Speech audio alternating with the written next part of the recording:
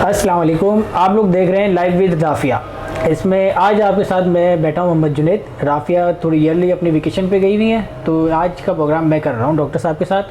ہمارے ساتھ موجود ہیں ڈاکٹر سید نواز الہدیٰ صاحب، ہمیشہ کی طرح آج میں بھی انہیں کے ساتھ آپ کو اپنے کچھ چند سوالات لے کے آیا ہوں جو نیا آج کل ٹرینڈ چل رہا ہے سوشل میڈیا پہ، جو تو اس حوالے سے ہم بات کریں گے ڈاکٹر صاحب سے۔ تھینک یو جنید بھائی، آج آپ ہمارے ساتھ بیٹھے ہیں۔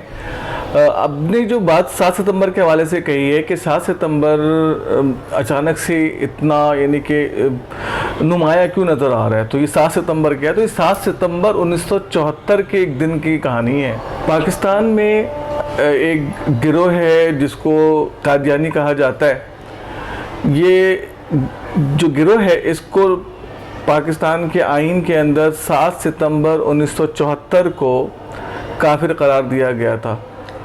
اس نے جو نظریہ پیش کیا، اس نظریے کے اندر اس نے سب سے اہم بات یہ ہے کہ نبیوں کی توہین کی، اور بالخصوص حضرت عیسیٰ علیہ السلام کی تو بے انتہا توہین کی۔ جبکہ اسلامک ہسٹری میں جو نبیوں کے معاملات ہیں، قرآن میں بھی ذکر ہے، احادیث میں بھی ذکر ہے، تو اس میں نبیوں کی شان بیان کی گئی ہے، کسی کی انسلٹ نہیں کی گئی ہے۔ تو اس نے تو یہ سارے کام کیے، تو اس کے غلط ہونا یہاں سے ثابت ہو جاتا ہے۔ اچھا ڈاکٹر صاحب، ہماری اس پوری گفتگو کے اندر میں نے یہ چیز نوٹ کی کہ آپ ایک گروہ کا لفظ استعمال کر رہے ہیں۔ ایک ڈر محسوس ہو رہا ہے مجھے آپ کے اندر کہ آپ کھل کے بات نہیں کر رہے کہ قادیانی کیا ہے یہ، مطلب آپ گروہ کا نام لے رہے ہیں، کیا چیز ہے یہ؟ دیکھیں، سب سے اس میں ڈر یہ نہیں ہے کہ مجھے کوئی کسی کے مطلب جان لیوا حملے کا خطرہ ہے۔ ڈر یہ ہے کہ اسلام بالکل کلیئر ہے۔ اسلام کے اندر یہ ہے کہ اللہ وحدہ لا شریک ہے، اور رسول اللہ صلی اللہ علیہ وسلم آخری نبی ہے، اس سے نیچے کچھ بھی نہیں ہے۔ شریعت سے مراد ہے قرآن کریم کے احکامات، اس کی انٹرپریٹیشن جو رسول اللہ صلی اللہ علیہ وسلم نے کی، اور اس کے بعد فردر یعنی کہ رسول اللہ پر شریعت ختم ہے، اس سے نیچے کچھ نہیں ہے، نیچے صرف انٹرپریٹیشنز ہے نا۔ تو ایک ایسا انگریز ہوں یا اہل کفر ہوں، وہ ہمیشہ اسلام کے خلاف کچھ نہ کچھ کرتے رہتے ہیں۔ تو انہوں نے پھر جب ہندوستان میں قبضہ کیا تو یہاں پر بھی انہوں نے جس طرح صلیبی جنگوں میں سلطان صلاح الدین ایوبی کے اگینسٹ جو ہے وہ اس طرح ایسے علماء تیار کیے گئے تھے جو لوگوں کو جہاد سے روکتے تھے، تو ایسے ہی انہوں نے یہاں پہ کیا کہ مسلمان جو ہے وہ جہاد کی طرف مائل نہ ہوں، تو ایک انہوں نے یہ قادیانیت کا جو ہے معاملہ کیا۔ اچھا، اور وہ ہوا اس وجہ سے بھی کہ 1857 کے اندر کچھ علماء نے، یعنی جو 1857 کی جنگ ہے وہ ہے بھرپور مسلمانوں کی طرف سے آزادی کی جنگ۔ اس کے بعد سے ایسی کوئی آزادی کی جنگ نہیں نظر آئے گی آپ کو انگریز کے خلاف۔ 1857، اور وہ سارے جنگ کو جو انیشیٹ کرنے والے تھے وہ علماء تھے۔ تو اس چیز کو کاؤنٹر کرنے کے لیے کہ جہاد کی طرف فتنہ مائل ہو، تو انہوں نے یہ فتنہ انٹروڈیوس کروایا، جس نے مرزا غلام نام تھا اس کا۔ تو مرزا غلام جو ہے بس اس کو غلام احمد قادیان نے پیدا ہوا تھا، اس لیے وہ قادیانی ہے۔ تو اس نے اپنی جھوٹی نبوت کا دعویٰ کیا، اور معاذ اللہ اپنے آپ کو محمد رسول اللہ کہا، اپنی وائف کو ام المومنین کہا، اپنی بیٹی کو جو ہے مطلب جو ہم حضرت فاطمہ کے لیے استعمال کرتے ہیں، اور اپنے مطلب گھر کو اہل بیت کہا۔ تو اس طرح کی اس نے یہ باتیں کی اور لوگوں کو گمراہ کیا، اور چونکہ انگریز ان کے ساتھ تھے تو جو ان کے ساتھ ملتا تھا ان کو بینیفٹس ملتے تھے، تو اس طرح سے یہ گروہ پھیلا اور مسلمانوں کے اندر اس نے انتشار پیدا کیا۔ تو جب تک انگریز رہا یہ پھلتے پھولتے رہے، مسلمان گائے بگائے ان کے خلاف کھڑے ہوتے تھے، لیکن انگریز ان کے مدد میں سامنے آ جاتے تھے۔ تو پاکستان کے قیام کے بعد ان کے خلاف ایک بڑی مہم شروع کرنے کی کوشش کی گئی، جس میں تو مطلب کافی لوگوں کی شہادتیں ہوئیں لاہور کے اندر۔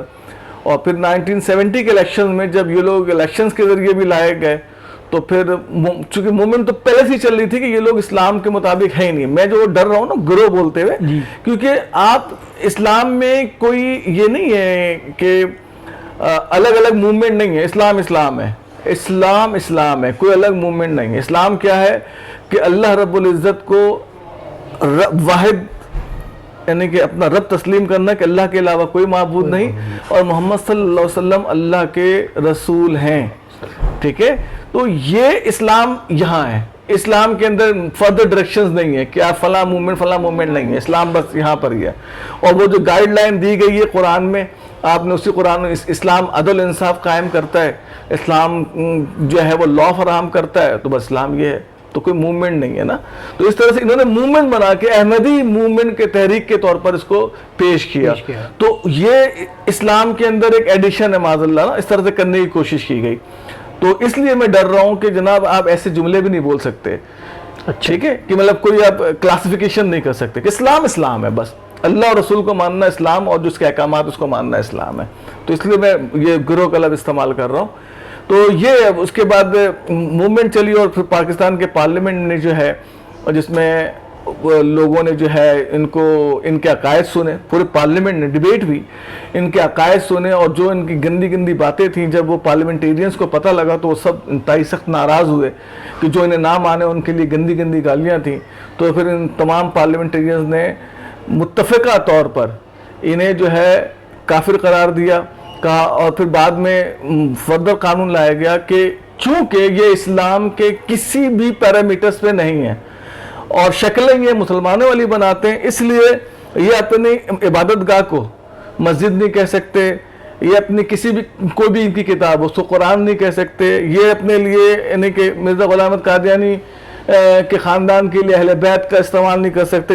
جو چیزیں اسلام کے حوالے سے مشہور ہے وہ ان تمام چیزوں کے حوالے سے ان پر پابندی لگائی گئی.